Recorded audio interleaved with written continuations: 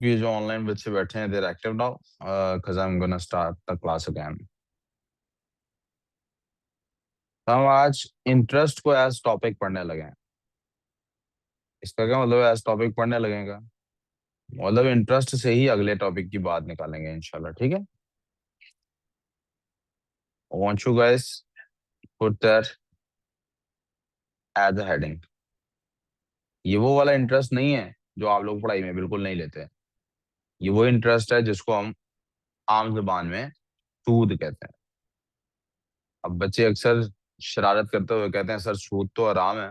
तो मैं कहता होता हूँ उनको वो तो सूद हराम है, मैथ्स हराम नहीं है। तो अब कोई बच्चा कहेगा सर वो एक रवायत है सूद का हिसाब किताब रखने वाला भी। तो मैं उसको कहूंगा बेटे असल में ना हमारे पास सूद के लिए टर्मिनोलॉजी कोई और नहीं है इंटरेस्ट के अलावा। इसलिए हमने ये Sir, is the topic interest? जी। तो मैं उसको कहूंगा कि हम तो सूद का हिसाब किताब रखने ही नहीं लगे एक्चुअल का। हम तो ये देखने लगे हैं कि जो हिसाब किताब रखते हैं वो कैसे रखते हैं, ठीक है। आ जाते हैं जिस टॉपिक पे इंटरेस्ट हो। इंटरेस्ट के पीछे लॉजिक क्या है जरा इसको समझिएगा। लॉजिक ये है बेटे, interest is based upon borrowing.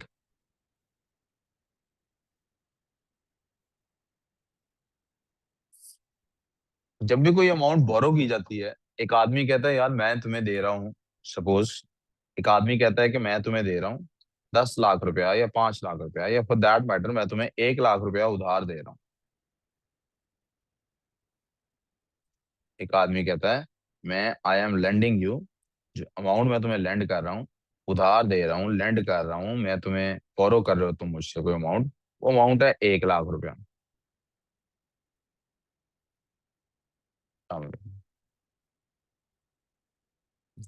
वो अमाउंट है 1 लाख रुपया। अब वो 1 लाख रुपया मेरा 1 लाख रुपया था, मेरे पास रहता तो पता नहीं उससे मैं वो काम कर पाता या ना कर पाता। करता तो मैं उससे को पैसे कमा लेता।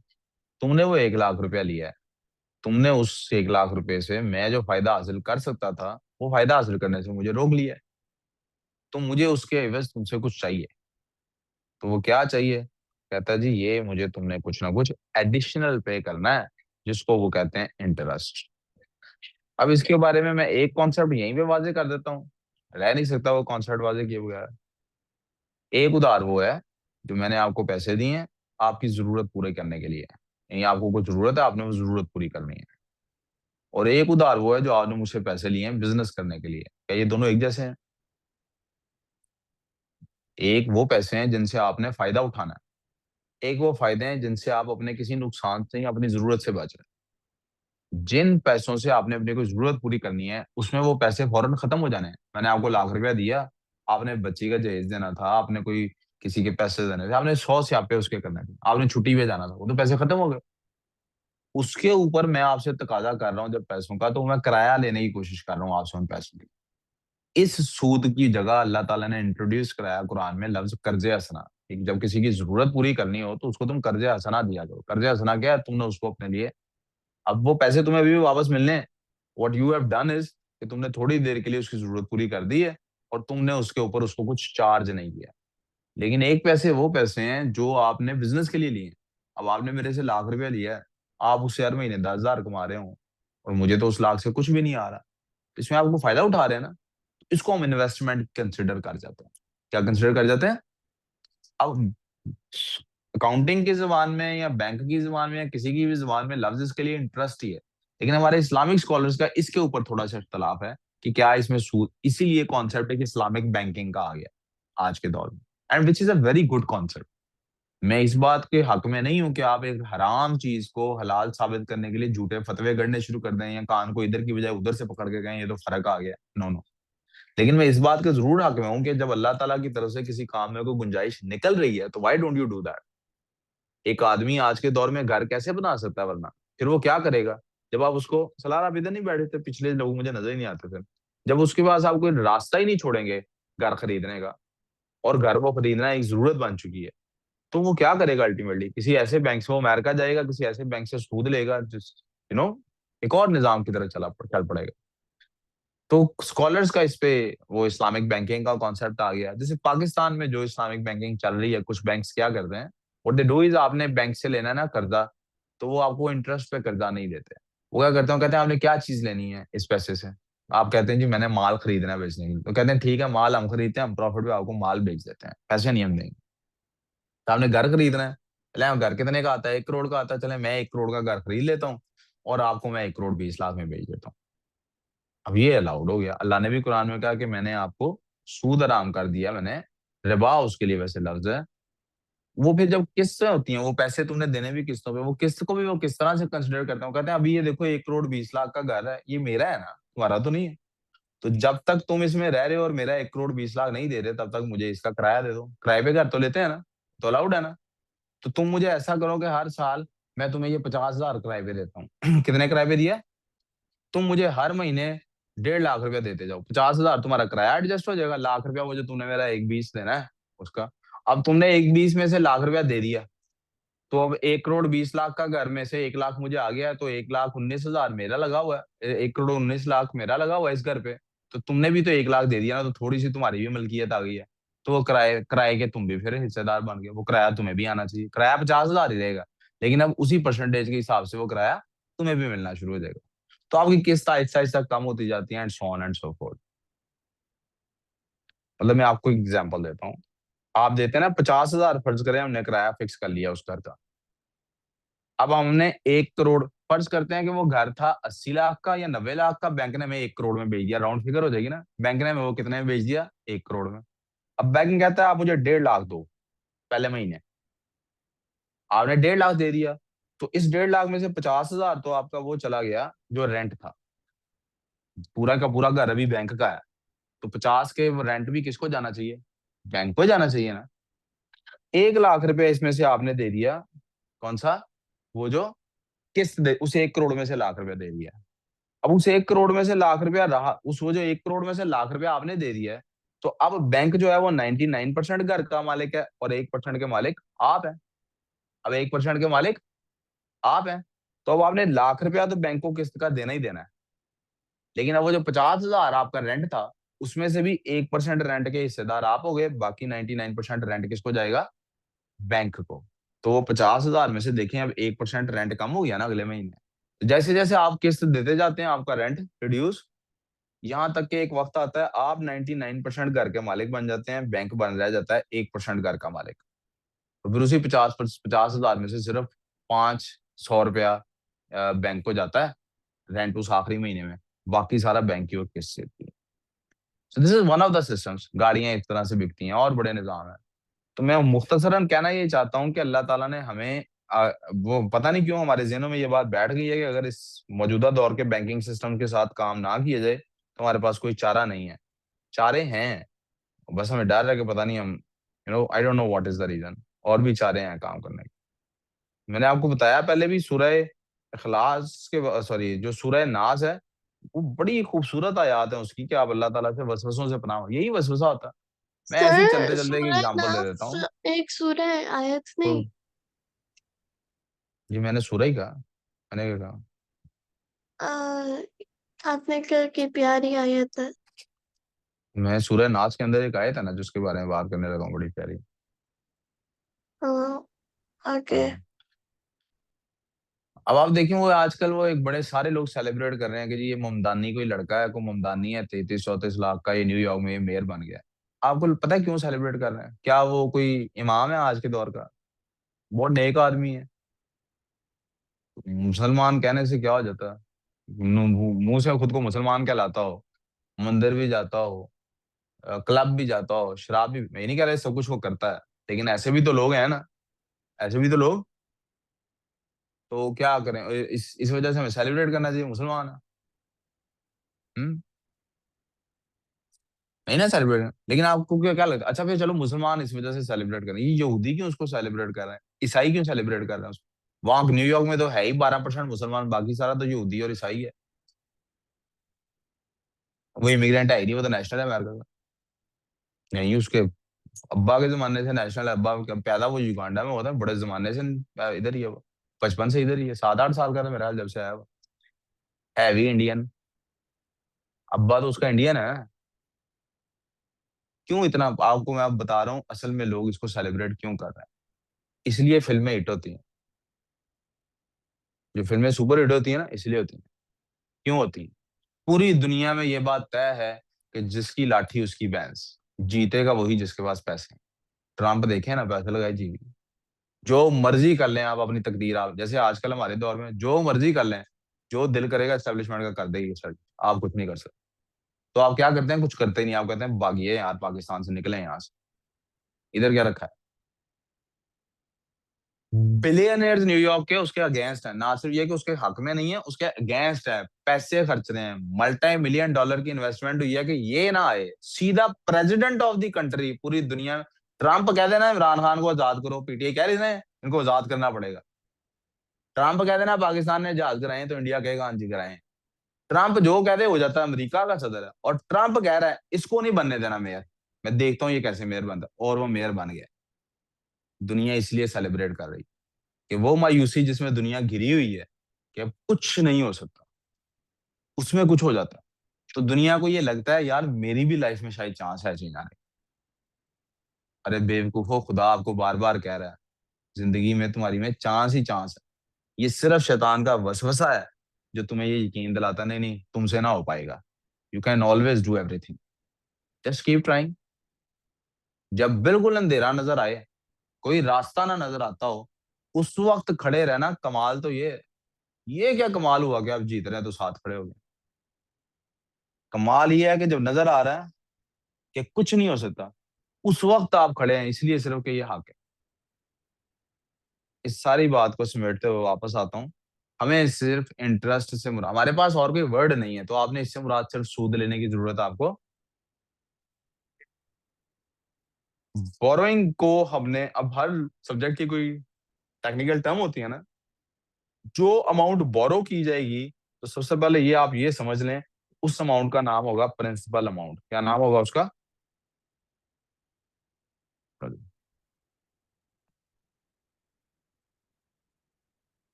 प्रिंसिपल अमाउंट कौन सी अमाउंट होती है? The actual amount that was lent और बोरोड। लेंड कब इस्तेमाल करेंगे लफ्ज? जब आपने दिया है किसी को। और बोरोड कब इस्तेमाल करेंगे? जब आपने किसी से उधार लिया है। जो अमाउंट आपने ली थी या दी थी उसको कहते हैं principal amount. You writing? You should be writing. Okay. इस प्रिंसिपल अमाउंट के अलावा जो भी पैसे वापस करने होंगे उसको कहते हैं interest. The additional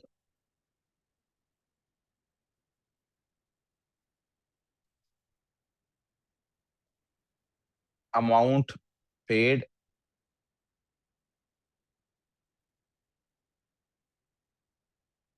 when returning the principal amount, जब प्रिंसिपल अमाउंट को रिटर्न कर रहे होते हैं,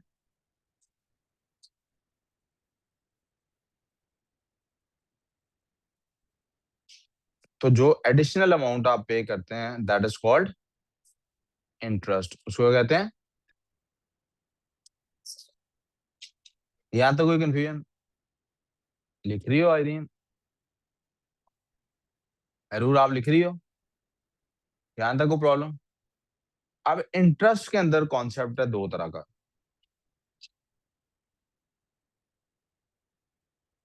इंटरेस्ट का बेटे एक तो आपने ये ध्यान में रखना है, इंटरेस्ट हमेशा तय होता है परसेंटेज में। कैसे तय होता है? ये अमाउंट में नहीं तय होता, परसेंटेज ऑन प्रिंसिपल। ये प्रिंसिपल अमाउंट पर जो परसेंटेज के साथ तय होता है। तो जैसे हमने बात की थी कि हम प्रॉफिट एंड लॉस निकालेंगे कॉस्ट प्राइस पे, डिस्काउंट निकालेंगे सेल प्राइस पे या मार्क्ड प्राइस पे, तो हम जो है ये निकालेंगे, रेट। फिर सॉरी इंटरेस्ट निकालेंगे प्रिंसिपल अमाउंट पे। एक सेकंड बेटे, मुझे एक वॉइस नोट। अस्सलाम वालेकुम। चलिए इनको कहें अब किसी और जगह से, उनको किसी और डिवाइस से करना पड़ेगा, उनको बताएं बेटे फिर इस तरह तो नहीं करना था ना आपने। तो अब उनको रिकॉर्डिंग मिलेगी या वो किसी और डिवाइस से करेंगे, ये कुछ देर के लिए इनको नहीं आने देंगे इस डिवाइस से। वो नाम अपना मुनासिब नाम के साथ भी आते हैं ना, किसी अपने नाम से नहीं भी आते तो मैं अलाउ कर देता, बेशक ये मैसेज उनको फॉरवर्ड करता। वी गुड सो फार? अब इंटरेस्ट की परसेंटेज किस पे कैलकुलेट होगी हमेशा? प्रिंसिपल अमाउंट पे। किस पे कैलकुलेट होगी? अच्छा जी। अब जरा देखते हैं, एक एग्जांपल ले लेते हैं हम। एक आदमी है, उसने, अच्छा एक और चीज इसमें देख लेते हैं। एक तो इसका परसेंटेज प्रिंसिपल अमाउंट पे होगी, दूसरा आप ध्यान में रखिएगा, ये हमेशा परसेंटेज जो होती है ये होती है पर एनम। क्या होती है? पर एनम का क्या मतलब है? Per year. ये हमेशा कैसे कैलकुलेट होती है? यानी if interest rate is 6% per annum, it means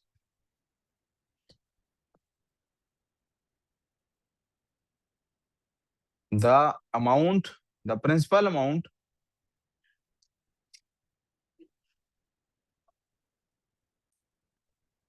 increases by 6% after one whole year। एक पूरा साल गुजरने के बाद ये होता है कि ये 6% का इजाफा होता है। साल पूरा नहीं गुजरा तो 6% का इजाफा भी ये साल पर है।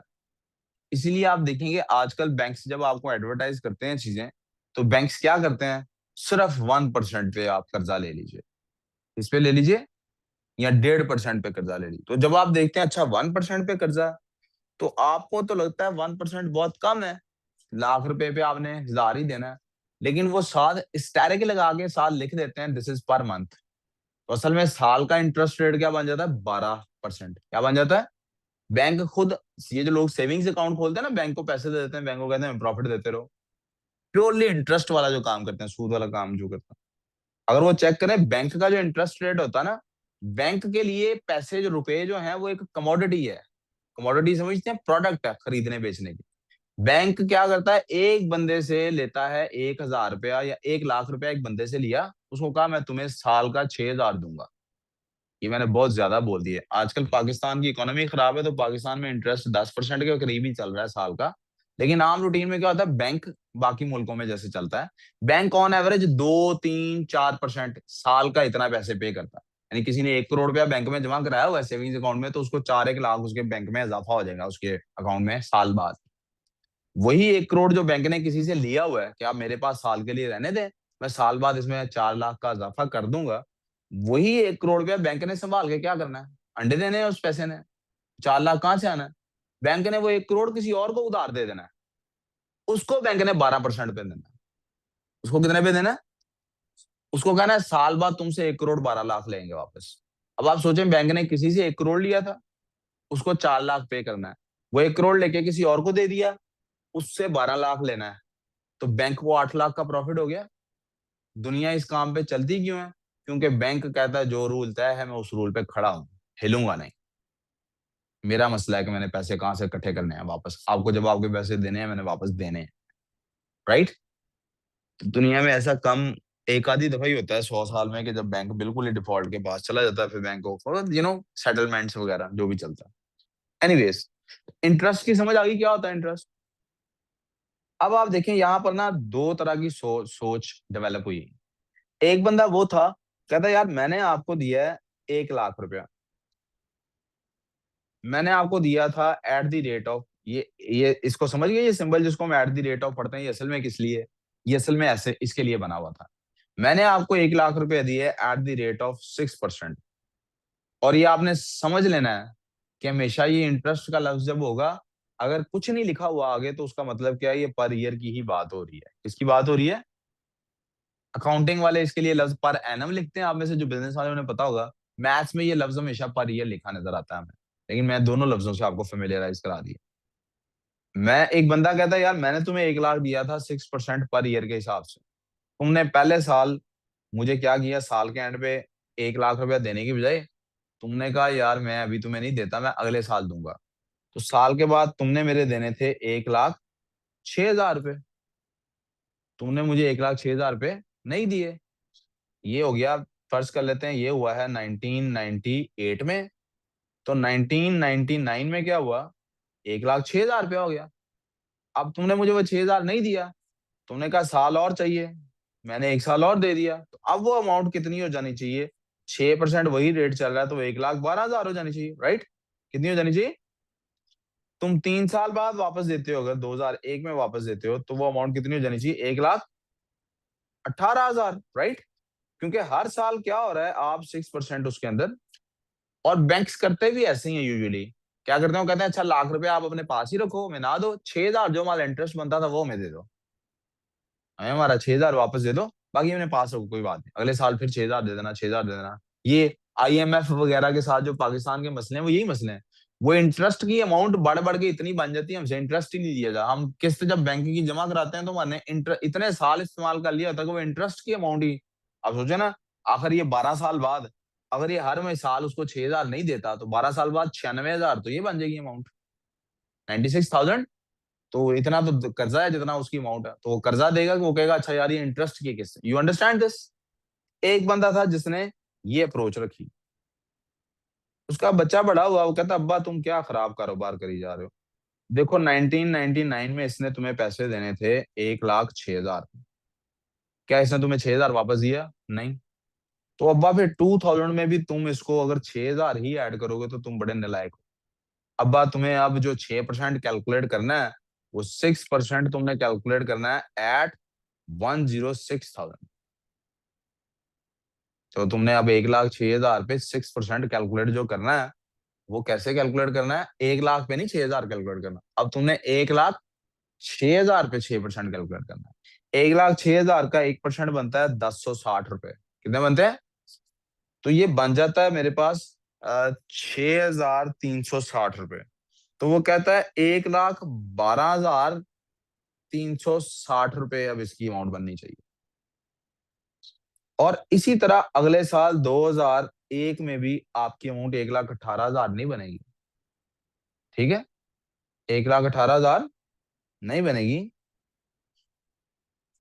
1060 ही था 1%, 3,000। मैंने मेरा ख्याल कुछ गलत कैलकुलेट कर लिया ये, this is wrong amount, mentally कर रहा था, गलती होगी मेरे से।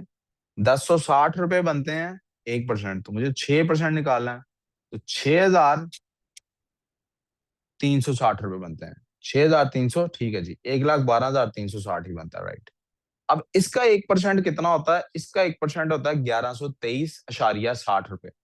1123, तो वो 6600 समथिंग बन जाएगा, यानी ये क्लोज टू अप्रोक्सीमेटली 1,19,000 बन जाएगा। यहां तक कोई प्रॉब्लम? अब आप सोचें, जब ये बढ़ता जाएगा और जब ये बढ़ता जाएगा, क्या दोनों इक्वल होंगे? नहीं ना, इनकी कैटेगरीज भी अलग बनाई गई, कोई ध्यान नहीं। इसका नाम रखा गया सिंपल इंटरेस्ट। क्या नाम रखा गया? गाड़ी का क्या बना? गाड़ी का क्या बना है? मंडे को हो जाएगी, किससे कराएंगे? कितने पैसे लग रहे हैं? 5 के 6? 570 कौन दे रहा है? सारा जेब से दे रहा है। क्यों? अम्मा अब्बा ने कहा होगा चल तू आप ही बेटा करेगा ना, अबू को बताया ही नहीं है, बेइज्जती नहीं हुई घर से?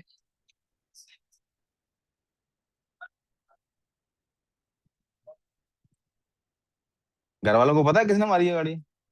तो कुछ कहा नहीं उन्होंने? हैं? नहीं, उन्होंने बेइज्जत नहीं किया इस बात पे? हाँ। आपकी गलती ये है कि आप उसके साथ इस तरह की शरारतों में गई क्यों? आप अपने घर आराम से जा रहे थे ना, आप तो उसको शरारत, तो उसको नहीं आपने बेइज्जत किया कि तूने क्या किया मेरे साथ? किया बेइज्जत? क्या बेइज्जत किया?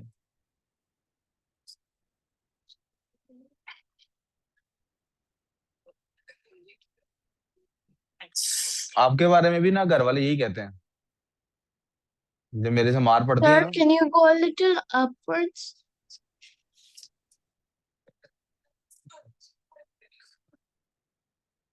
पढ़ाई पे ध्यान दो। शरारत बेटे इसीलिए शरारत से मना किया जाता है, वो 9 आउट ऑफ 10 टाइम्स कोई मसला नहीं होता, लेकिन एक दफा हो जाता है, इसीलिए कहा था जरा ध्यान रखा कर। तो गलती पता है क्या थी? 2 साल हो गए हैं, सारे कह रहे हैं इससे दोस्ती कम कर, नहीं कर रहा। उसने कहा मैं देता हूं, फिर बंदा शर्मिंदा ही हो जाता ना। और वो मुझे तो गुस्सा इस बात पे आया, वो कहते हैं वो भाग गया वहां से, ये बेहोश हो गया था। मैं कहा यार ये अच्छी दोस्ती है, भाग गया वहां से, बड़ी बेशर्मी है।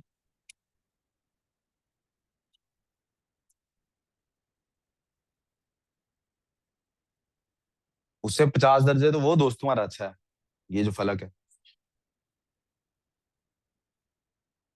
आगे चलते हैं।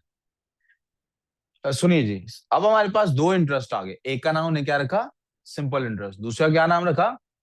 अब आप गौर करें कि अगर मैं इनको ग्राफिकली डिस्क्राइब, अब आपको पता लग गया होगा मैंने ग्राफ बीच में क्यों थोड़ा सा घुटाया। अगर हम ग्राफिकली डिस्कस करें तो जैसे, और यहाँ टाइम हो और यहाँ पर अमाउंट हो, और मैं ग्राफ सिर्फ किसका बना रहा हूँ, इंटरेस्ट का, और ईयर्स किसका ग्राफ बना रहा हूँ। आप देखें जैसे जैसे साल बढ़ता जाता है इंटरेस्ट की वैल्यू भी फिक्स्ड बढ़ती जा रही, लिनियर रिलेशनशिप है। कैसा रिलेशनशिप है, कांस्टेंट इंक्रीज है, per unit time constant increase है। यहां तो कोई प्रॉब्लम। लेकिन अगर मैं यही ग्राफ बनाने की कोशिश करता हूं कंपाउंड इंटरेस्ट के अंदर, सिंपल इंटरेस्ट, एक सेकंड बेटा, इंटरेस्ट लिखो, आई ओवर रुपीज। यही मैं अगर कंपाउंड इंटरेस्ट का बनाने लगता हूं तो आप देखें जैसे जैसे साल गुजरते हैं इंटरेस्ट की वैल्यू भी बढ़ती जाती है। यस, बढ़ती जाती है कि नहीं। ये जो इंटरेस्ट की वैल्यू बढ़ती जाती है, इसको मैंने आपको याद हो शायद कहा था कि एक होती है लिनियर ग्रोथ, मैथ्स की जुबान में this is called linear growth. इसको मैंने फिजिक्स में भी टच कराया आपके साथ। And this is called as exponential growth. क्या कहते हैं इसको।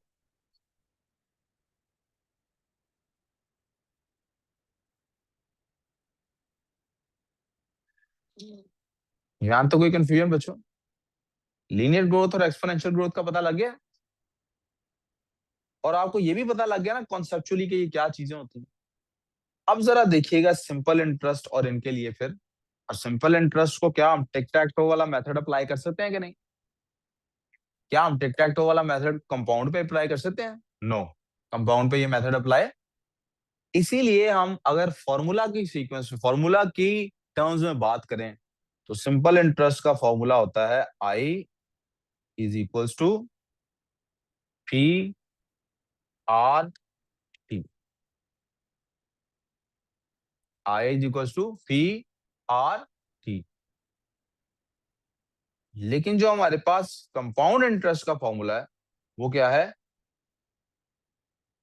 Final amount F is equals to P into 1 plus R/100, और यहां पर टी, स्मॉल टी लिख देता हूं चलो। एक काम करता हूं, let me use different colours for all of this. बेटे, जी जी मैं अभी जाता हूँ उसके तरफ, लिख ही देता हूँ चलो।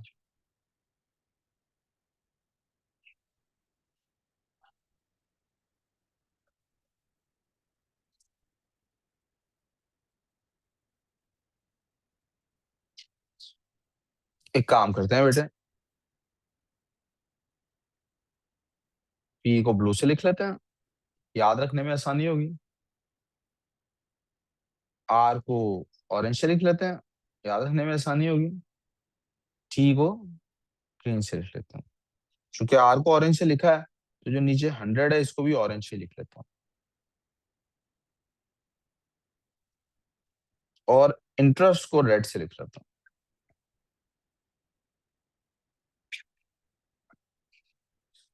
अब जरा सबको एक एक दफा डिस्क्राइब कर देता हूँ। आई होप आपको पता है कि इसके अंदर I is equals to interest. Please इधर ही तवज्जो, मैंने ब्रेक इसीलिए दी थी, मैंने क्लास में नहीं, I don't want any discussion in class. P क्या है बेटे, it is your principal amount.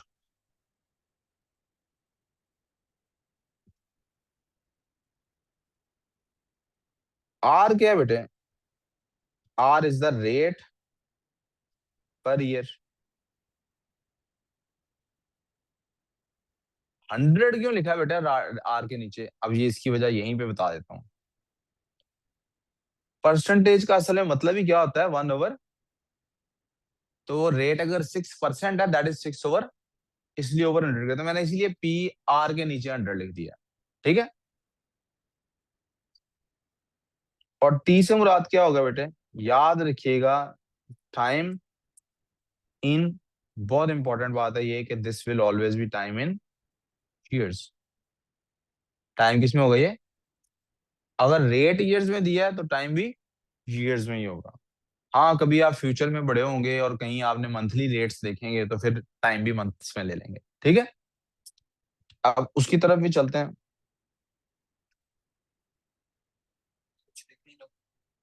नीचे दिख नहीं रहा, ये लो, पहले ये लिख लो फिर उसके बाद।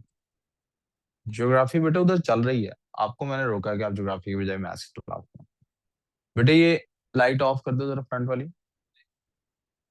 ये लाइट ऑफ कर दो।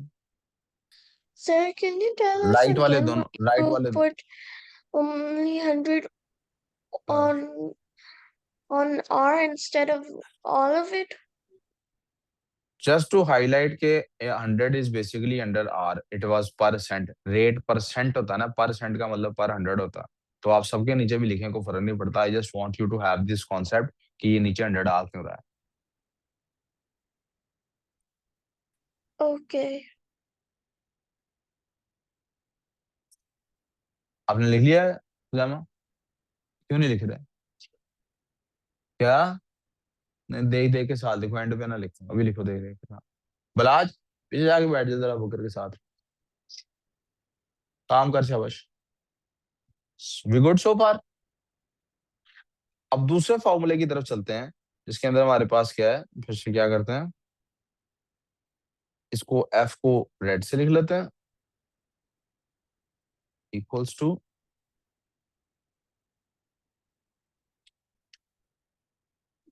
पी को फिर से ब्लू से लिख लेते हैं ताकि याद करने में आसानी हो आपको।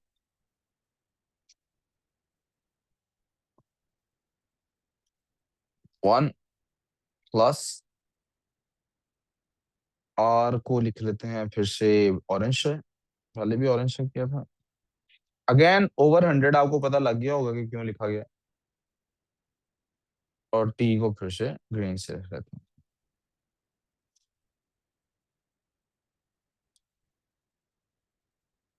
F is equals to final amount, या इसको कह लें प्रिंसिपल प्लस इंटरेस्ट।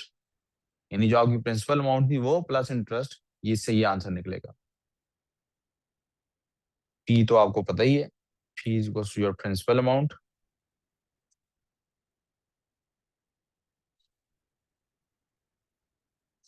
और आर भी आपको पता लग गया है, R is your rate per year.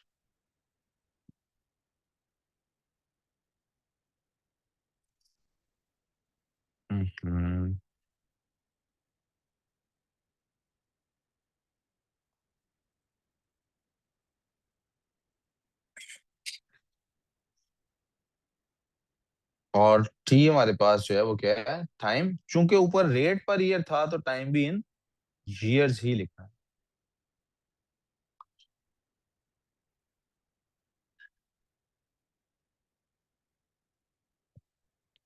अब ये 1 प्लस क्यों किया गया? सॉरी, मुझे ज्यादा डिटेल में जाना पड़ेगा। I don't want you to, ये this is going to be the only part in maths जिसको मैं कहूंगा एज इट इज फॉर्मूला रटा मार लो।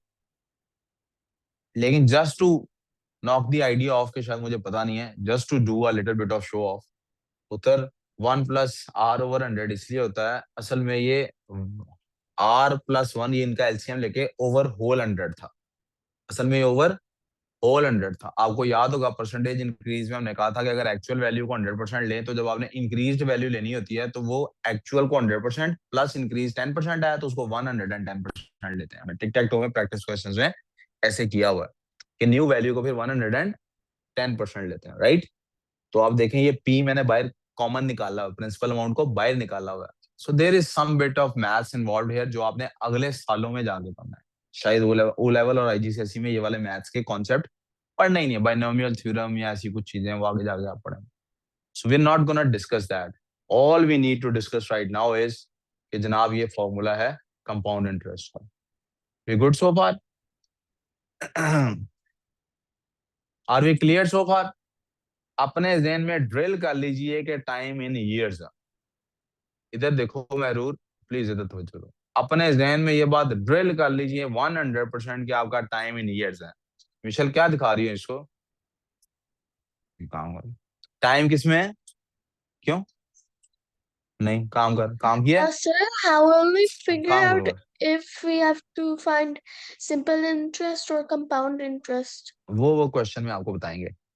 यहाँ देखो प्रॉब्लम, वे गुड सो फार? कोई मसला किसी को? अब इस सारी बात से आपने कैप्चर क्या करना है? लिनियर ग्रोथ के लिए हमने क्या यूज करते हैं? Yes, but generally linear growth के लिए कौन सा मेथड यूज करते हैं हमेशा? टिक। जब भी लिनियर ग्रोथ नजर आएगी या लिनियर डिक्रीज नजर आएगा या लिनियर इंक्रीज नजर आएगा या लिनियर, लिनियर कौन सा इंक्रीज डिक्रीज है? जिसमें जितना इजाफा टाइम में हो रहा है उतना ही इजाफा दूसरी क्वांटिटी में भी हो रहा, जो भी उनका आपस में फैक्टर है, जो भी आपस में मल्टीपल है, जितना एक में इजाफा हो रहा है उतना ही इजाफा दूसरे में भी गुड सो फार। लिनियर ग्रोथ में टिक टैक टो लग सकता है, लेकिन एक्सपोनेंशियल में टिक टैक टो। तो अगर एक्सपोनेंशियल ग्रोथ, अगर कंपाउंड इंटरेस्ट का ये फॉर्मूला, अगर कंपाउंड इंटरेस्ट एक्सपोनेंशियल ग्रोथ है और कंपाउंड इंटरेस्ट का ये फॉर्मूला है, तो क्या हर एक्सपोनेंशियल ग्रोथ के लिए फॉर्मूला लगाया जा सकता है या नहीं? मेरा सवाल है। तो उसका जवाब क्या है? Yes. For every exponential growth, conclusion आपने क्या निकालना है? फॉर एवरी एक्सपोनेंशियल ग्रोथ, जब भी आपको कहीं पे एक्सपोनेंशियल ग्रोथ निकल नजर आए, for every exponential growth relationship,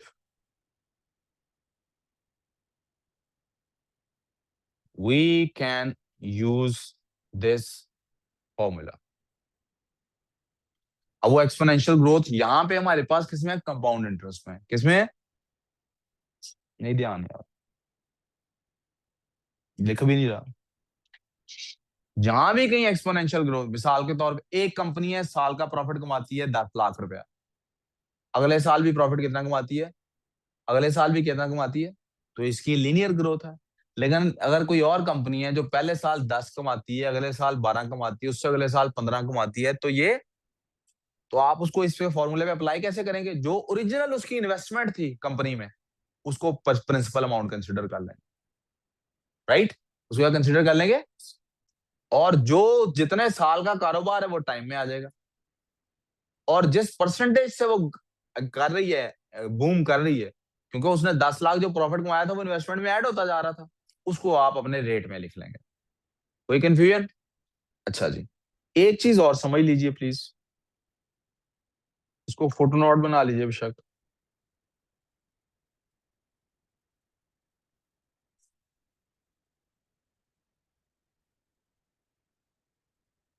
this formula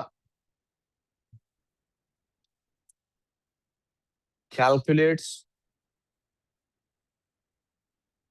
interest. ये क्या कैलकुलेट करता है? इसका मतलब है अगर आपसे वो फाइनल अमाउंट पूछें तो आपने इंटरेस्ट को ओरिजिनल प्रिंसिपल अमाउंट में ऐड करके आंसर देना है। क्या करना है? ओरिजिनल अमाउंट में ऐड करके। और ये वाला जो फॉर्मूला, दिस फॉर्मूला सर ये कैलकुलेट्स, लास्ट बात दोबारा। एक मिनट, दिस फॉर्मूला कैलकुलेट्स, ये क्या कैलकुलेट करता है? ये वाला फॉर्मूला फाइनल अमाउंट। ये क्या कैलकुलेट करता है? अगर इस फॉर्मूला के तहत वो आपसे पूछे कि इंटरेस्ट कितना है, क्या कितना है, तो आप फाइनल अमाउंट में से ओरिजिनल अमाउंट माइनस करके आंसर निकालेंगे। ठीक है, देखो ना, आपने फॉर्मूला अप्लाई किया है तो आपके पास आंसर तो एफ का आएगा ना। एफ तो फाइनल अमाउंट है। आपसे पूछा उसने लेकिन इंटरेस्ट है, क्या पूछा है? कि टोटल इंटरेस्ट कितना कमाया है इसने, इसने कमाई कितनी की है इस इन्वेस्टमेंट के ऊपर। तो आप फाइनल अमाउंट में से प्रिंसिपल अमाउंट माइनस करेंगे तो आपको पता लग जाएगा ये ऊपर वाले पैसे मैंने एक्स्ट्रा कमाए। यहाँ तो कंफ्यूजन। और ये जो लेफ्ट साइड वाला फॉर्मूला है, इसके अंदर क्या हुआ है, कैलकुलेट आप इंटरेस्ट कर रहे हैं, तो वो क्या है, मुझे बताओ कमाई के बाद अब मेरे पास कितने पैसे हैं, फाइनल अमाउंट क्या है मेरे पास, तो आपको इसमें ये वाला वैल्यू ऐड कर देनी। वी गुड सो फार। अब वो कर, पहले आप पूछ लें, फिर मैं किंजा से पूछता हूँ वो क्या कह रही है। जी जी, जो एक्सपोनेंशियल ग्रोथ वाला है वो फाइनल अमाउंट निकालता है। जी बेटे,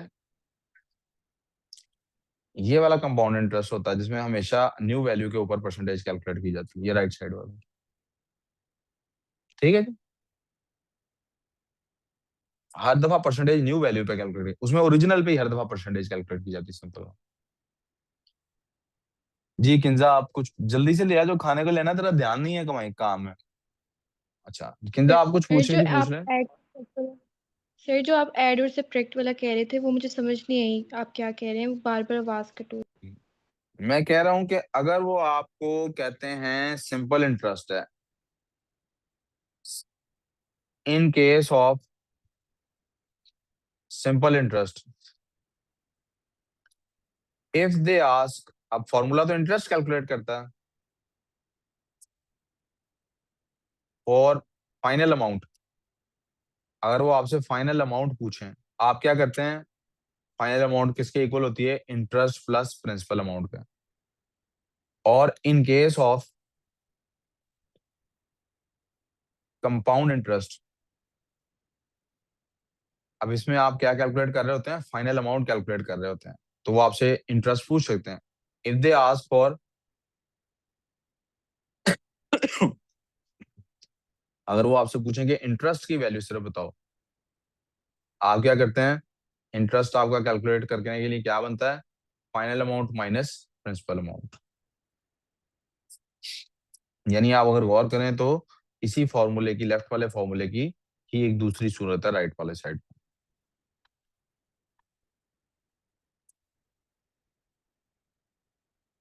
यहां तो कोई कंफ्यूजन। अब एक दो फिर से एक बात रिपीट कर रहा हूँ, वो क्या है जी, ये लिखने चले, मैं 2 मिनट रुक जाता हूँ। मिशेल, जो लोग नहीं आए उनकी सबकी मुझे बारी बारी कहीं को रीजन पता लग सकती, क्या क्या रीजन, कहीं कोई बात हुई है सर की उनसे, किसी से कहीं लिखा है क्या क्या वजह इनके ना आने की, मुझे जरा मैसेज करो कि फला फला बच्चा इस वजह से नहीं आया। फोन उधर है, मेरा फोन ले लो, ले लो। हम्म,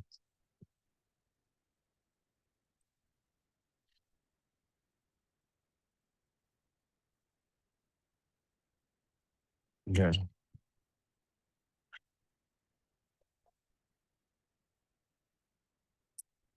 are we clear so far, लिख लिया सबने ये।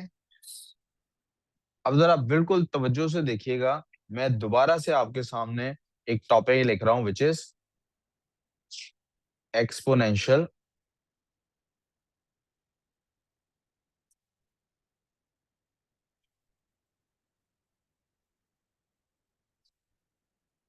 Exponential variation. अब मैंने वर्ड क्या लिखा है, ये न्यू वर्ड आपकी डिक्शनरी में इजाफे के लिए।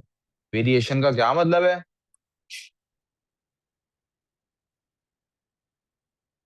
वही जो अब तक बार बार पढ़ रहे थे, change in one caused by the other, एक में जो चेंज है जो दूसरे की वजह से, वापस आ जाओ भाई, वापस।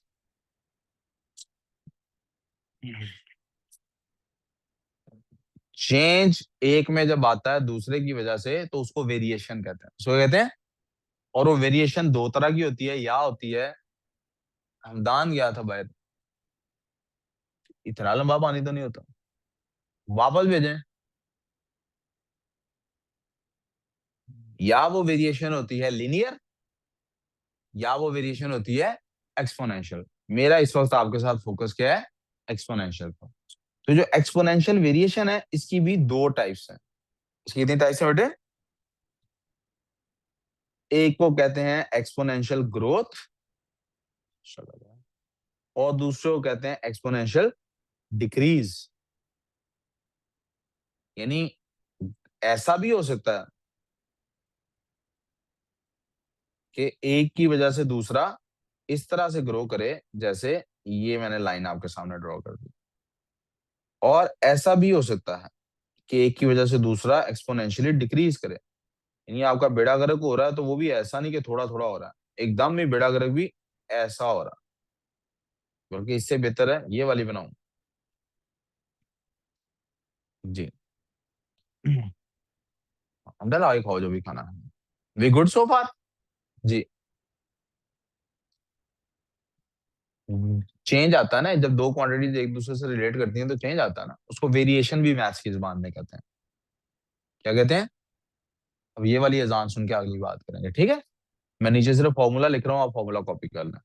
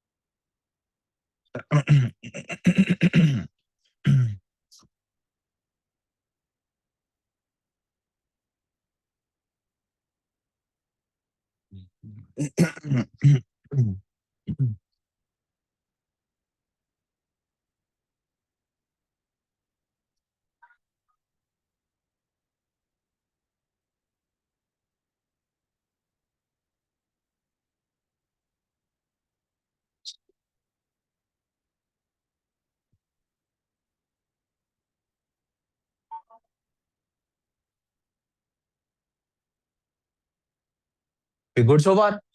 हाँ जी।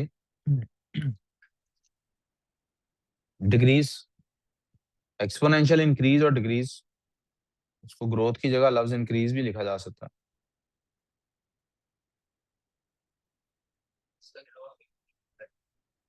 जी मैंने भी यही कहा। सिर्फ एक फर्क है दोनों में, क्या? माइनस का। क्या फर्क है? उसमें प्लस होता है और इसमें, जैसे आप लॉसेस अपने रिड्यूस कर रहे हो, ठीक है, तो वो एक्सपोनेंशियल होता है। अब आप देखें ना, आपके जब हेयर फॉल होता है वो लीनियर होता है कि एक्सपोनेंशियल होता है? जब बंदा गंजा होने पे जाता है, लीनियरली गंजा होता है कि एक्सपोनेंशियली होता है? लीनियर होता है। लीनियर का मतलब है हर फिक्स टाइम में फिक्स अमाउंट ऑफ बाल गिर रहे हो, लेकिन जब बाल गिरने शुरू होते हैं तो एक्सपोनेंशियली होता है, विद इन डेज बंदा गंजा हो जाता है। मैं अभी हो गया हूँ आपके ख्याल में? ठीक, शुक्र करो अल्लाह का क्लास में लड़कियां भी हैं, वरना नहीं तो मैं बताता आपको। जी जी, मैं इसी तरह की कोई बात थी मैंने भी करनी। हम्म। सीधे हो जाओ। यहाँ तक को प्रॉब्लम। अब जरा गौर करना है हमारा नेक्स्ट टॉपिक स्टार्ट क्यों हो रहा है। अब देखिए, मैं जब भी आपके साथ बात कर रहा हूं तो हम सब बातें हाइपोथेटिकल कर रहे हैं। कैसे कर रहे हैं? वापस जाते हैं हम कहाँ पे, स्टार्टिंग पॉइंट पे। मैं इसके प्रैक्टिस क्वेश्चंस ऑफ कोर्स आपको आज इंशाल्लाह मिलेंगे, जो आपका होमवर्क होगा, इंक्लूडिंग जो ऊपर दो टॉपिक छोड़े हैं उसके अलावा, ठीक है? अब जरा थोड़ा देर वापस पीछे जाते हैं, शुरू के दिन पे जा रहे हैं वापस। शुरू के दिन में हमने कहा था नंबर्स क्या होते हैं? आपने कहा जी ये सिंबल्स हैं। किस चीज के सिंबल हैं ये? क्वांटिटीज के। क्वांटिटीज को रिप्रेजेंट करने के लिए। अब आप सोचें, एक बंदा है, केव मैन है, क्या है? शुरू में पता है वो ऐड कैसे करता होगा? शुरू में वो ऐड ऐसे ही करता होगा ना, जब आप उसको 2+3 कहते होंगे, तो वो जो बच्चों को हम कहता, 2 इन my hand, 3 in my head, 4 3 4, ऐसे ही करता होगा ना। शुरू में वो ऐसे ही ऐड सब्ट्रैक्ट करता होगा चीजों। ग्रेजुअली उसने चीजों को सीखा होगा कि इनको मैं मल्टीप्लाई भी कर सकता। ये मल्टीप्लीकेशन कितनी देर बाद हुई होगी आपके लिए? देखे टायर, जो टायर है आपके लिए कितनी यूजुअल चीज है। फर्ज करें एक जमाना ऐसा गुजरा जब इंसान ने टायर देखा ही नहीं है, देखा ही नहीं, कभी तस्वुर ही नहीं किया सर्कल की शेप का। मूवमेंट में। यस, चांद सूरज देखे हैं, लेकिन कुछ सर्कुलर बॉडी मूव करती, लेकिन ना उसने मूव करता हुआ देखा किनको है? गधों को, घोड़ों को, कचरों को, जानवरों को, खुद इंसानों को। क्या वो सर्कुलर मूव करते हैं, रोल करते हैं? उसने पत्थरों को भी गिरते देखा होगा, लुढ़कते देखा होगा ना पत्थरों को। तो एट बेस्ट उसके ज़हन में ये आया होगा कि यार इंक्लाइंड या डिक्लाइंड सरफेस पे जब मूव करते हैं तो तेजी से मूवमेंट हो जाती है। क्या जमाना आया होगा जब उसने फाइनली डिसाइड किया होगा कि यार ये जो सर्कुलर मूवमेंट है ये जरा ज्यादा आसान। उसको कोई ऐसा पत्थर नजर आया होगा जो थोड़ा सा बेज़वी होगा, ओवल सा होगा, और फिर चलते चलते इवॉल्व होते होते उसने प्रॉपर सर्कल की तरफ चला गया होगा। इतनी एक तरक्की हुई। एक जमाना ऐसा गुजरा जब आग देखी ही नहीं है इंसान ने। सूरह यासीन में अल्लाह ने बताया कि आग का इनाम भी अल्लाह ने दिया है। कैसे खाता पीता होगा, कैसे उसने डिस्कवर किया होगा। वो जिस फेज से गुजरा है उस फेज से ये नंबर्स की में भी तो गुजरा होगा। क्या जमाना होगा जब आपने 2+2+2 को फाइनली सीखा होगा, दिस इज 3 टाइम्स 2। वो एग्जांपल, टेबल्स वाली एग्जांपल। एक जमाना, कितना लंबा जमाना गुजरा होगा जब इंसान मल्टीप्लीकेशन में इसी तरह करता होगा। 3 1 टाइम्स 3 होता है, 3 2 टाइम्स 3 4 5 6 होता है, 3 3 टाइम्स 7 8 9 होता है। और वो ऐसे ही करते करते 9 का टेबल भी वो पढ़ता होगा। 9 होता है, 2 होता है, 18, वो ऐड करके देखता होगा ना। 9 3 टाइम्स कितना होता है? 20। और फिर कितना जमाना गुजरा होगा जब किसी ने ये डिस्कवर किया होगा यार इसको तो इधर 9 पे तो काउंट करने की जरूरत ही नहीं। तुम क्या करो, तुम लिखो 0 1 2 3 4 5 6 7 8 9। 0 1 2 3 4 5 6 7 8 9। आई डोंट नो आपके साथ जिंदगी में क्या हुआ है। यकीन कीजिए जब हम बचपन में टेबल्स लिखते थे, नोबडी टोल्ड मी 9 का टेबल ऐसे लिखा जा सकता है। और जब पहली दफा मैं वैसे ही 9 का टेबल लिखता था, जब पहली दफा ये ऑब्जर्व किया होमवर्क करते हुए, यार ये तो ऐसे लिखा जा सकता है, मुझे कैलकुलेट करने की जरूरत ही नहीं। आप सोचें कि तब क्या जमाना गुजरा होगा, कैसी एक फीलिंग होगी डिस्कवरी की। अच्छा, 9 का टेबल। अब आप सोचें क्या यहाँ पे प्रोसेसिंग हो रही है कि नहीं हो रही? प्रोसेसिंग। लेकिन कंप्यूटर के जमाने में बताइए कौन सी प्रोसेसिंग आसान है? ये कंप्यूटर के लिए करना आसान है या इंसान का दिमाग के मॉडल पे ही कंप्यूटर बनाया गया ना? क्या काम दिमाग के लिए ज्यादा आसान है, ये वाला या वो वाला? वो वाला कि मैं ऐड कर करके करूं। 9 का टेबल लिखने के लिए बात हो रही है, सब टेबल्स के लिए नहीं हो रही, 9 के टेबल के लिए। ये वाला। आप देखें इसके अंदर ये जो 1 2 3 4 करके लिखा है, 9 का टेबल लिखने में दिमाग को लेस स्ट्रेस मिला। 9 का टेबल लिखने में दिमाग को काम क्विकर हो गया। इसके बारे में क्वालिटीज ये रहते हैं, लेस स्ट्रेस, क्विकर वर्क। कौन सी खातून घर में ज्यादा पसंद की जाती है, जो काम जल्दी करती है, जो काम आहिस्ता करती है? अच्छा, फर्ज करते हैं दो लड़कियां हैं, एक का नाम ए है, दूसरी का नाम बी है। ये ए जो है ये काम करती है क्विकली, ये करती है काम स्लोली। लेकिन ये जो ए है ये हर काम करती है गलत, और ये हर काम करती है राइट। दोबारा से आते हैं, फर्ज करते हैं दो लड़की हैं। मैंने क्या कहा था रीम? आइदर इट ब्रेक और क्लास। फर्ज करते हैं दो लड़की हैं, एक का नाम है ए, दूसरी का नाम है बी। एक काम करती है तेजी से, एक काम करती है स्लो। सिर्फ यहीं तक हमें पता है। किसको प्रेफर करेंगे, ए को के बी को? ए को, क्योंकि वो काम जल्दी करती है, क्योंकि वो काम, फर्ज करते हैं थोड़े दिन बाद रियलाइज होता है यार ये काम तो जल्दी करती है लेकिन काम सारे ही खराब करती है। और वो काम स्लो करती है लेकिन काम ठीक करती है। किसको प्रेफर करेंगे आप? इसका क्या मतलब है? इसका मतलब है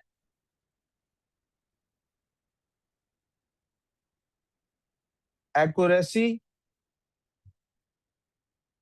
can not be compromised for speed.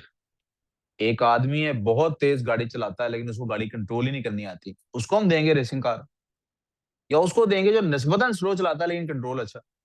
जहाज पे आपने बैठना है, किसके साथ बैठना पसंद करेंगे? आप शायद समझे नहीं मैंने क्या कहा। जहाज पे बैठना है, सफर करने जाना है, गाड़ी पे नहीं बैठना। बस मैं तुझे बता रहा हूँ, डोंट टेक अ चांस। ठीक है, बस मैंने कहा ना, देख जितना कवर हो सकता था मैंने कवर कर दिया। अब सोच लेना। नहीं ना, फर्क है ना पुत्र। मैं उस्ताद हूँ तो शागिर्द है, फर्क तो रहेगा। बस ठीक है जी, ठीक है, ये तुम इस पे फोकस कर लें वापस। दोबारा से फिर पीछे जाना पड़ रहा फिर से। Speed is important as long as accuracy is not compromised. Speed important है अगर एक्यूरेसी कॉम्प्रोमाइज।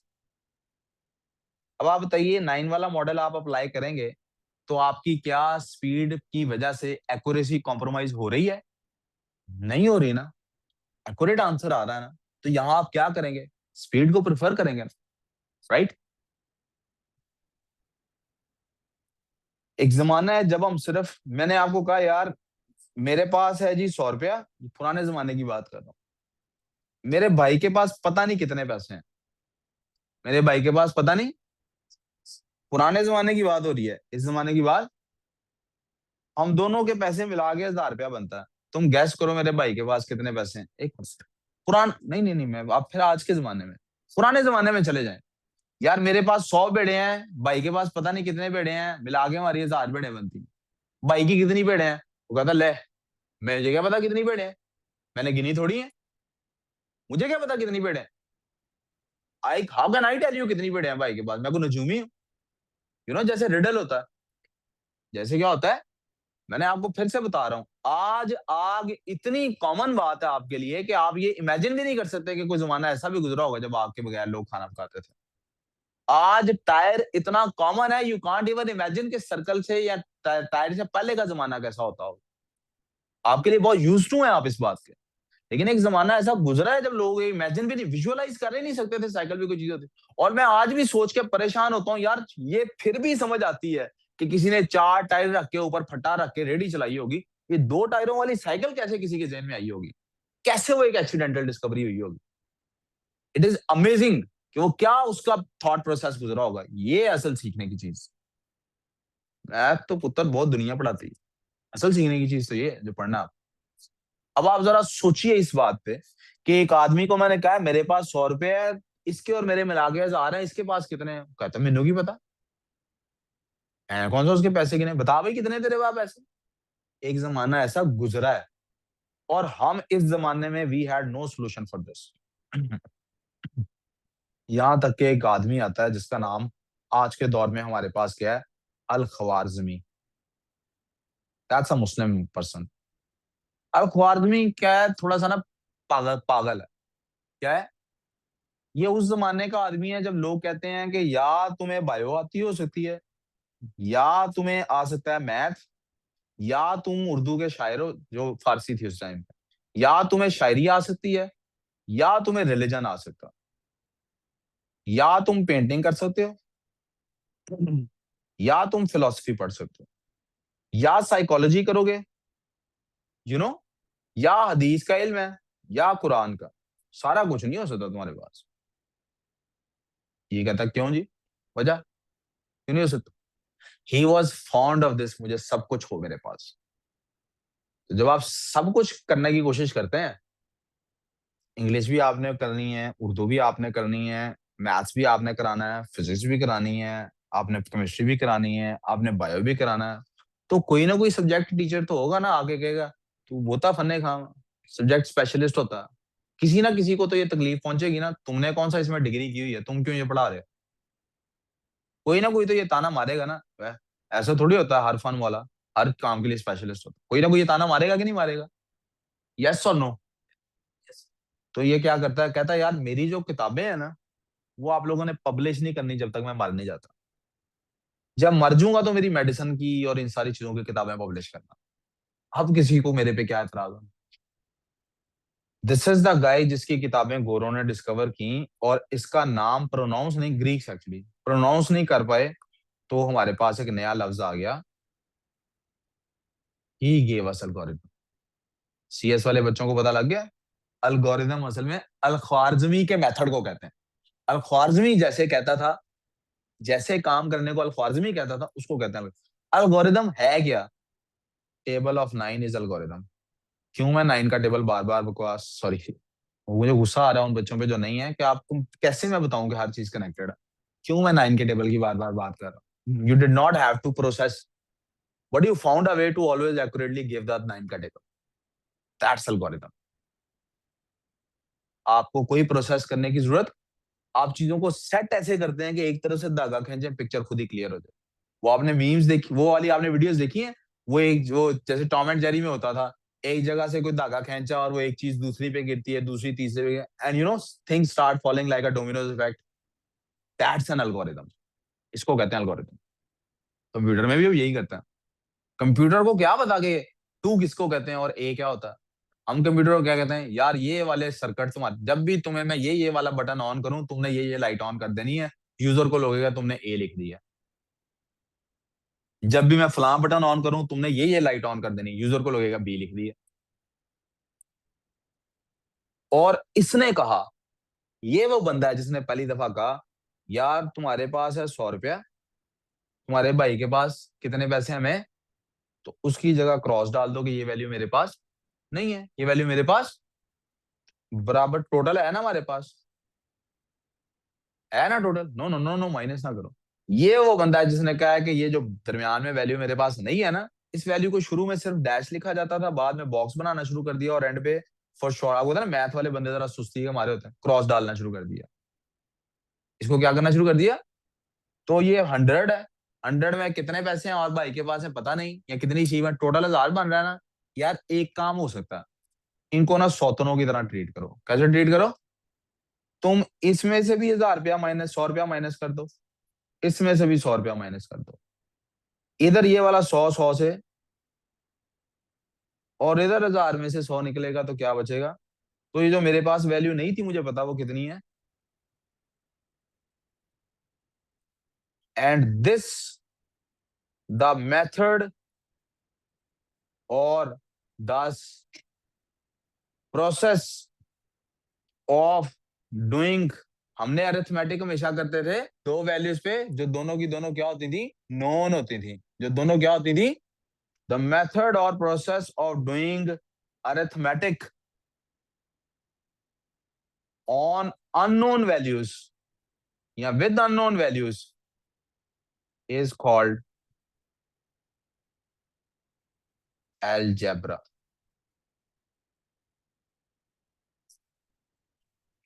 मैंने अलजेब्रा की स्पेलिंग ही गलत लिखी है।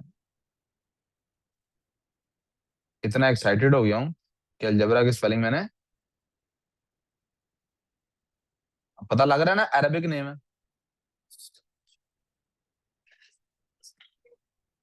किसी बंदे का नाम, इसने ये नाम दिया इसको। फिक्स्ड वैल्यू, कोई वैल्यू है, क्या वैल्यू है फर्क नहीं पड़ता। इसने कहा कि हम, क्योंकि इसने बनाया क्या है, एल्गोरिथम, ही डेवलप्ड मेथड्स। अब आप जिसको भी उस पर अप्लाई कर दें होगा यही। उसने डोमिनोज का एक इफेक्ट का मेथड बनाया। आप वो काम मार्बल के पीसेस के साथ करिए, आप वो काम पोर्सिलिन के पीसेस के साथ करिए, आप वो काम प्लेइंग कार्ड्स के साथ करिए, डोमिनो इफेक्ट चलेगा। आप बड़ी बड़ी लाइब्रेरी की अलमारियों के साथ कीजिए, डोमिनो इफेक्ट उसने बना दिया कि ऐसे होगा। तो algebra is basically an algorithm, algorithm of solving unknown values. और ये अब साइड नोट की बात है क्या, कि जनाब हमारे पास वो जो क्रॉस है, वो जो क्रॉस था, क्रॉस इवॉल्व्ड इनटू एक्स। क्यों एक्स में इवॉल्व हुआ, क्योंकि मल्टीप्लाई का साइन भी क्रॉस होता था, और ये अननोन वैल्यू के लिए भी क्या लिखते थे, क्रॉस लिखते थे। कंफ्यूजन का चांस था, तो हमने कहा यार मल्टीप्लाई के साइन को क्रॉस ही रहने देते हैं, इसको एक्स कर लेते हैं। और आप देखेंगे अलजेब्रा में हम मल्टीप्लाई के लिए डॉट भी यूज करेंगे आगे जाके एक जगह। क्या यूज करेंगे, इसी एक्स वाली के।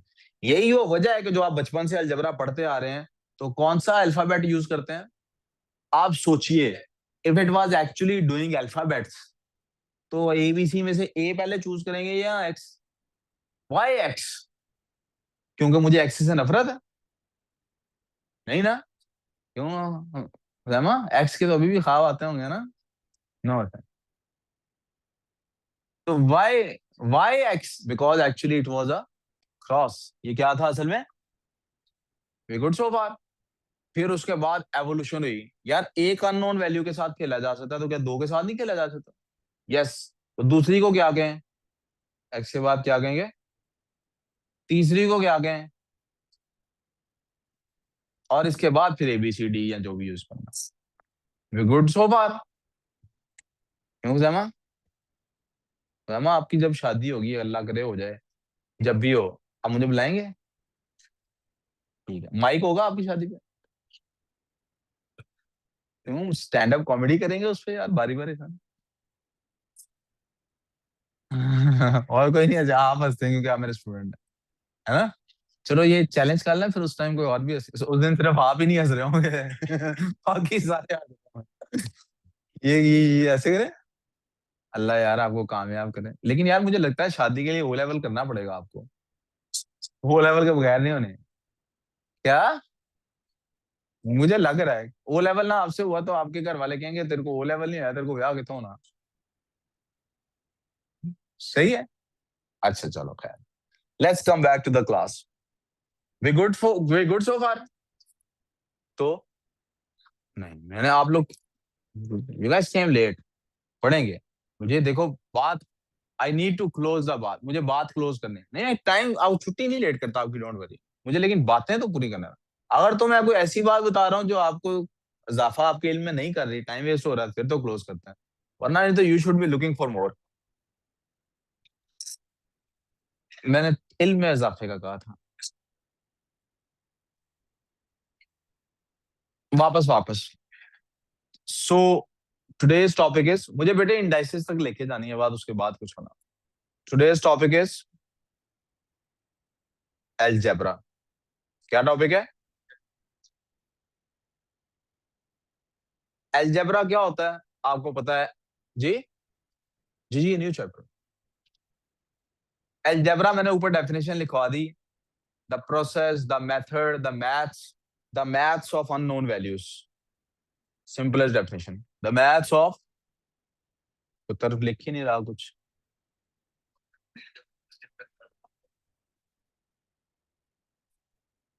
सो ऊपर जो हमने किया उसका क्या तरीका है?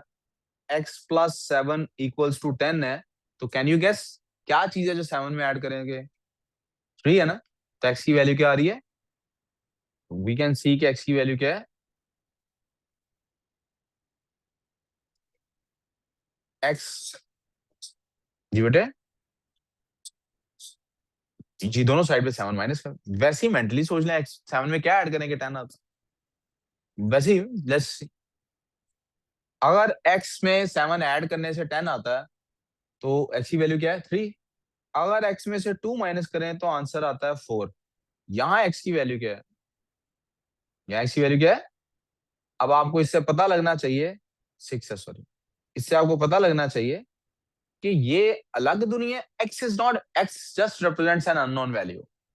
ये अलग दुनिया है और ये दुनिया, लिख भी देता हूं, ये अलग दुनिया या अलग घर है, ये अलग दुनिया या अलग घर है। ओके, कोई कंफ्यूजन? जब माइनस हो रहा हो इधर तो दूसरी तरफ जाए क्या होगा? असल में हो क्या रहा है? What we are actually doing is, हम इधर भी -7 कर रहे हैं और इधर भी 2 प्लस कर रहे हैं और इधर भी, ये उसने, ये एल्गोरिदम है जो मैं ग्रीन से किया, ये क्या है? एल्गोरिदम, मैं algebra, whatever you may call it. इसी तरह से अगर मल्टीप्लिकेशन हो रही हो किसी नंबर से, यार तुम्हारे पास, तुम्हारे भाई के पास जितने भी पैसे हैं, तुम्हें उससे 2 टाइम्स दिए जाएंगे, और तुम्हें कितने दिए जाएंगे? 100 रुपीज। तो भाई के पास कितने पैसे हैं? हम काफी दफा पीछे करते आए, बोथ साइड्स को 2 पे डिवाइड करते हैं, तो मेरे पास x की वैल्यू क्या निकलती है?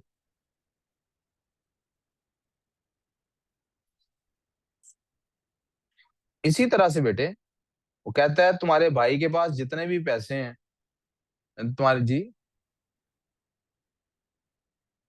असल में हम यही, मैं यही आपको समझा रहा हूँ कि असल में कोई भी काम ये, अब हम बच्चों को कहने लग गए ना यार इधर प्लस हो रहा हो तो जाके माइनस, असल में ऐसा नहीं हो, दोनों साइड पे कुछ हो रहा होता है, तो नहीं करें ना आप ये। नेक्स्ट, ऐसा थोड़ी है कि 5वीं में ही रहना, आपने 6ठी में भी तो जाना है ना, तो आप, मैंने इसीलिए तो इसको ग्रीन से लिखा। आपको जरूरी नहीं है ये माइनस प्लस दोनों साइड पे हमने लिखना, तो आपको समझाने के लिए कि असल में ये हुआ क्यों, रट्टे पे ना सिर्फ रहे हैं कि इधर प्लस हो रहा था तो जाके माइनस हो जाना, असल वजह भी तो समझे। इसी तरह अगर वो कहता है आपके भाई के पास जितने भी घर हैं, आपको उससे आधे घर मिलेंगे, आपको उससे और आपको असल में मिल रहे हैं 4 घर। तो क्या हो रहा है बेसिकली, हम कैसे फाइंड करेंगे, हम दोनों साइड्स पे 2 को मल्टीप्लाई कर दें। जी, उसकी तरफ भी तवज्जो करते हैं बात में। तो x की वैल्यू यहाँ क्या निकल रही है, 8, क्योंकि ये 2 से कट रहा है। तो जब कोई चीज इधर सबसे मल्टीप्लाई हो रही हो उधर जाके सबसे डिवाइड होती है, और जब कोई चीज इधर सबसे डिवाइड हो रही हो उधर जाके सबसे, यहाँ को प्रॉब्लम।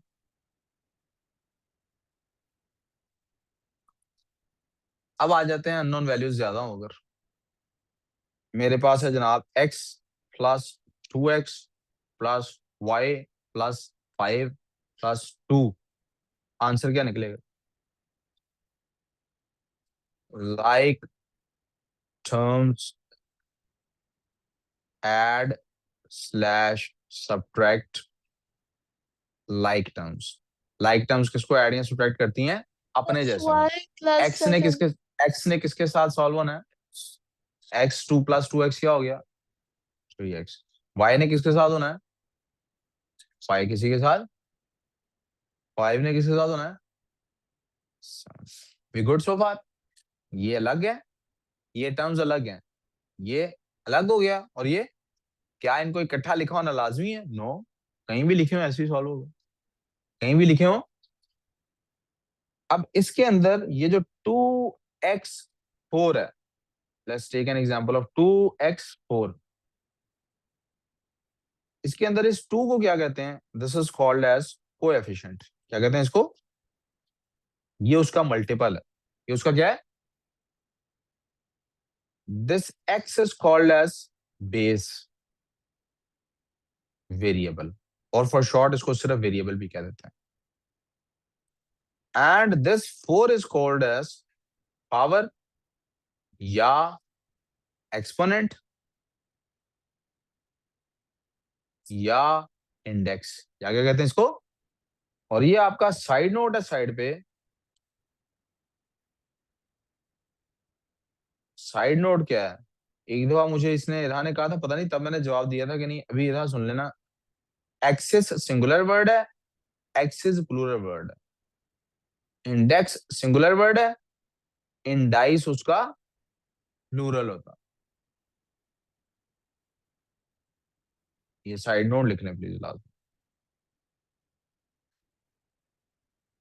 लिख लिया है।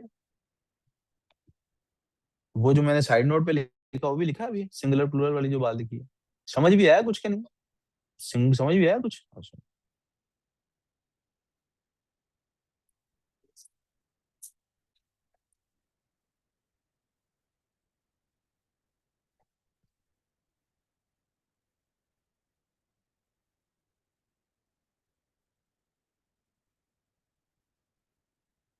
बस 2 1 मिनट और है, फिर इंशाल्लाह ये टॉपिक क्लोज हो जाएगा, और आपकी ब्रेक देने के बाद फिजिक्स या केमिस्ट्री स्टार्ट करूंगा, ठीक है।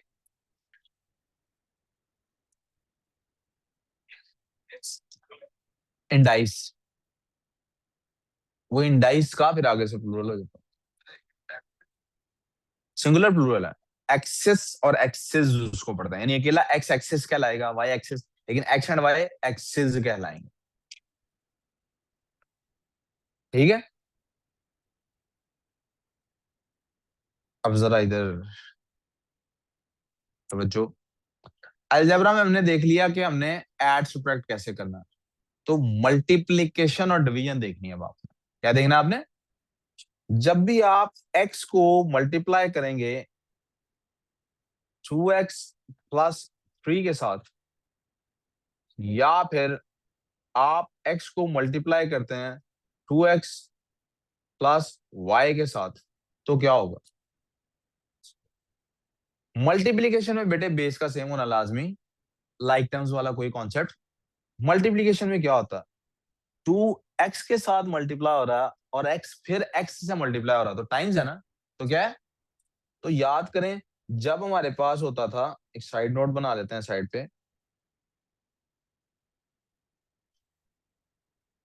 व्हेन वी हैड, याद करना अर्थ, मैं रिपीट ये करना चाह रहा हूँ कि algebra is basically arithmetic but with unknown values.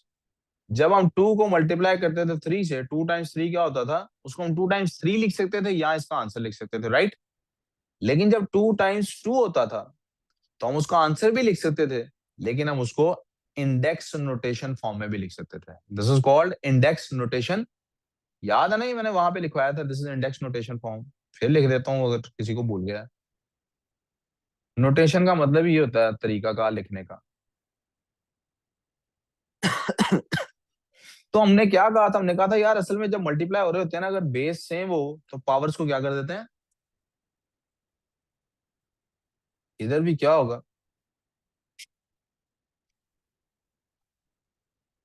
2x² + 3x। X unknown है, पता होता तो मैं मल्टीप्लाई करता, अननोन है मैंने लिख दिया 2 टाइम्स जी, वो अननोन वैल्यू जो भी है वो 3 टाइम। वी गुड सो फार। और इधर जब होता है 2x² + xy, यार ये दोनों अननोन वैल्यूज हैं, यहाँ ये मल्टीप्लाई हो रही हैं, पता नहीं क्या है ये दोनों वैल्यूज। वी गुड सो फार, कोई कंफ्यूजन? आए अब अरिथमेटिक का इंडाइसेस और सर्ट्स को इसके साथ कंबाइन करके दे। तो हमारे पास टॉपिक है रूल्स ऑफ इंडाइसेस।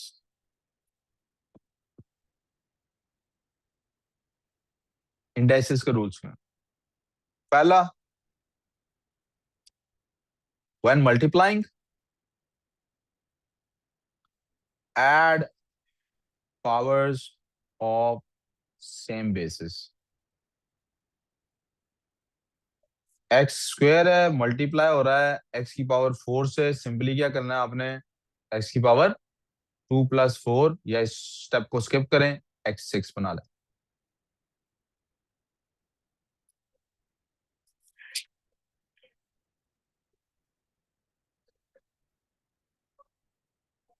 अगर मल्टीप्लाई, याद लिखना भाई,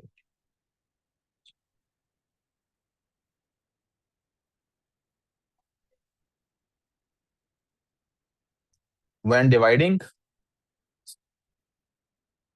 subtract powers of same basis।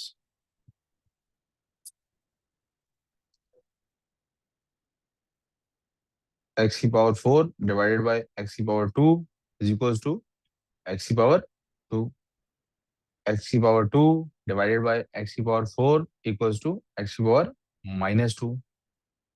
x⁴ over x⁴ equals to x⁴2। यहां तक प्रॉब्लम? क्यों ऐसा हो रहा है? ऐसा इसलिए हो रहा है,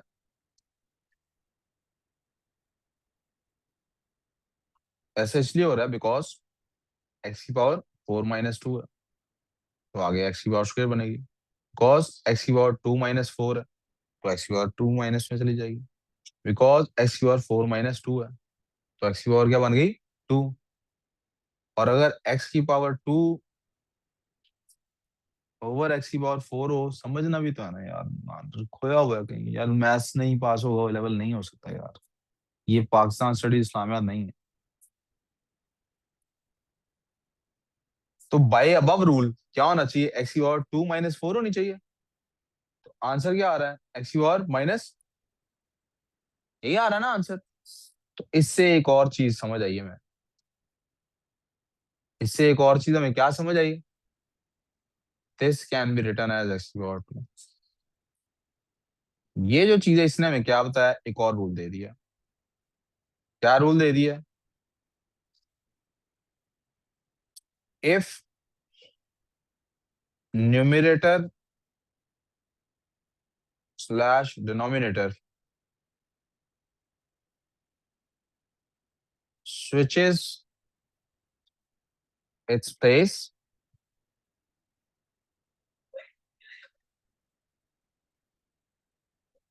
sign of its power changes। यानी x की पावर अगर -2 है और y की पावर 3 है, अगर मैं इनको स्विच कराता हूं तो क्या बन जाएगा, y की पावर -3 बन जाएगी, ऊपर आके x⁴ 2 बन जाएगी। इधर ही ध्यान दें प्लीज आपको। वी गुड सो फार, कोई कंफ्यूजन?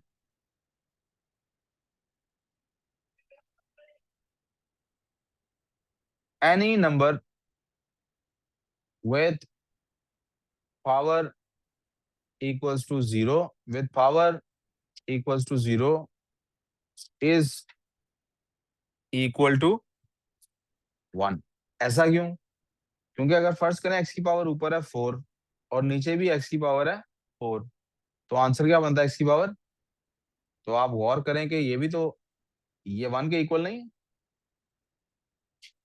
यस, तो किसी की भी पावर 0 हो वो किसके इक्वल हो जाता है? कोई कंफ्यूजन? तो मसला वी गुड?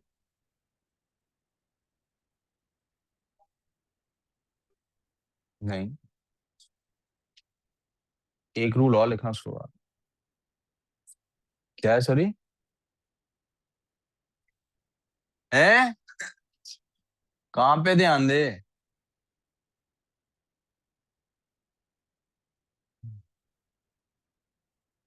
यार मुझे दुख है आपके फोन का। अच्छा, वो जो आप अब नहीं ले सकोगे। अच्छा, फिर भी लूंगा। पुराना वास्य को दे देंगे।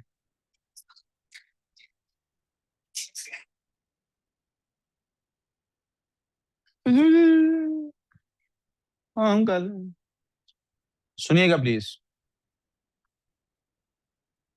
Powers can be in fractions. Powers कैसे हो सकती हैं? सामने सर, जी सर। हाँ तो इनकी कोई बात, इनकी कोई क्लास तो नहीं है ना अब? हाँ, ये खेलें जाएं घर, जो मर्जी करें, बस ये ऐसा जो जिसके साथ है उसके साथ ही जाएगा। ये powers can be in fractions. X की पावर 1/2 हो सकती, एक्स की पावर 1/2 also written as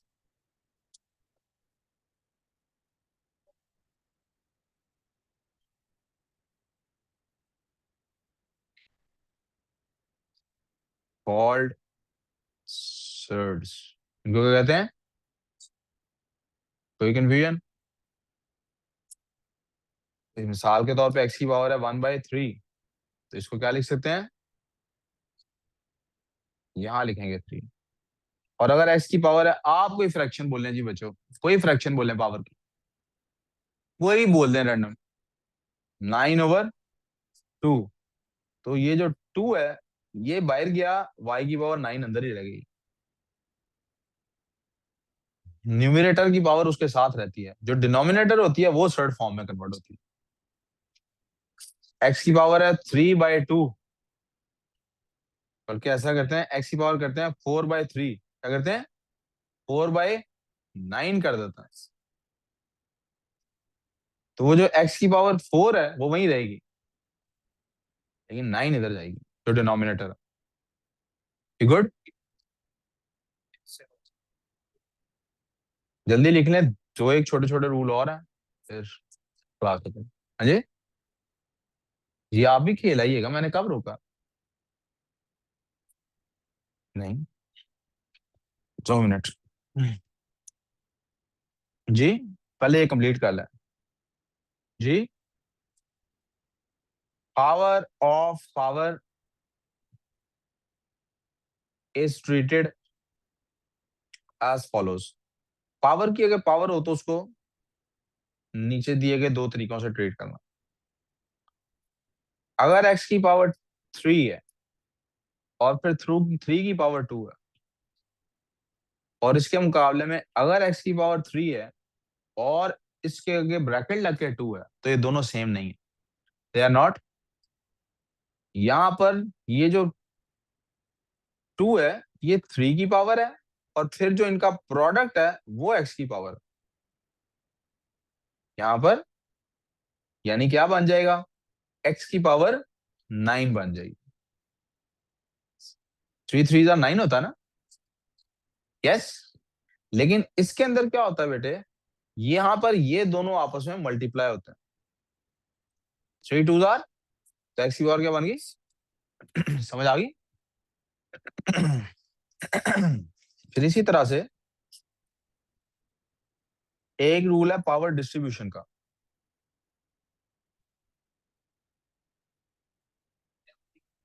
इसके बाद वाला रूल शायद आखिरी हो। वो क्या है? X square Y 3, X square Y, और इसके बाय पावर है 2। तो ये जो 2 है बेटे, ये पावर इसकी भी है और ये पावर, यानी ये क्या बन जाएगा? दिस विल फॉर्म एक्स की पावर 4 वाई की पावर। इसी तरह से एक और एग्जांपल ले लेते हैं। मुझे उसने कहा है जनाब एक्स की पावर 4 है, वाई की पावर 2 है, एक मिनट, और होल की पावर 1/2 है। तो ये जो 1/2 है ये 4 से भी मल्टीप्लाई होना है। 1/2 4 से मल्टीप्लाई हो तो क्या होता है? 2 2, तो मेरे पास एक्स की पावर क्या बन गई? और 1/2 मल्टीप्लाई और 2 से तो क्या आंसर आता है? 1। तो वाई की वैल्यू याद। जी बेटे बोलो। इसमें बेटे 3 मल्टीप्लाई 3 रेज टू पावर 2 में तो 3 3 9 हो जाना था। मल्टीप्लाई हो रहे हैं क्योंकि ठहर जा, 2 मिनट खत्म होने वाली बात। उसको मैसेज कर दो 1 मिनट, उनको अकेडमी के नंबर पे किया करें। सोचला करो ना, एक बात खत्म हो ले चले जाना। वी गुड सो फार मसला। लेकिन आपने याद रखना है कि ये सब कब पॉसिबल है? ओनली पॉसिबल व्हेन, जुनैद काम please, it is one singular term. कितनी टर्म्स हैं? मैंने बताया था जब 2 मल्टीप्लाई हो रहे होते हो वो एक ही टर्म होती है। अगर ये 2 टर्म्स बन जाएं, अगर ये कितनी भी टर्म्स बन जाएं, इनके बाहर जो भी पावर है वो डिस्ट्रीब्यूट नहीं होती, वो डिस्ट्रीब्यूट। सो ये आंसर गलत है। वो क्या होता है उसको हम थोड़ी देर बाद देखेंगे, वो आज का टॉपिक। यहाँ तो कोई कंफ्यूजन है किसी को? आखिरी जुमला लिख लें, वो क्या है? Surds are treated as variables. Surds को कैसे ट्रीट करना है? शर्ट्स को कैसे ट्रीट करना है?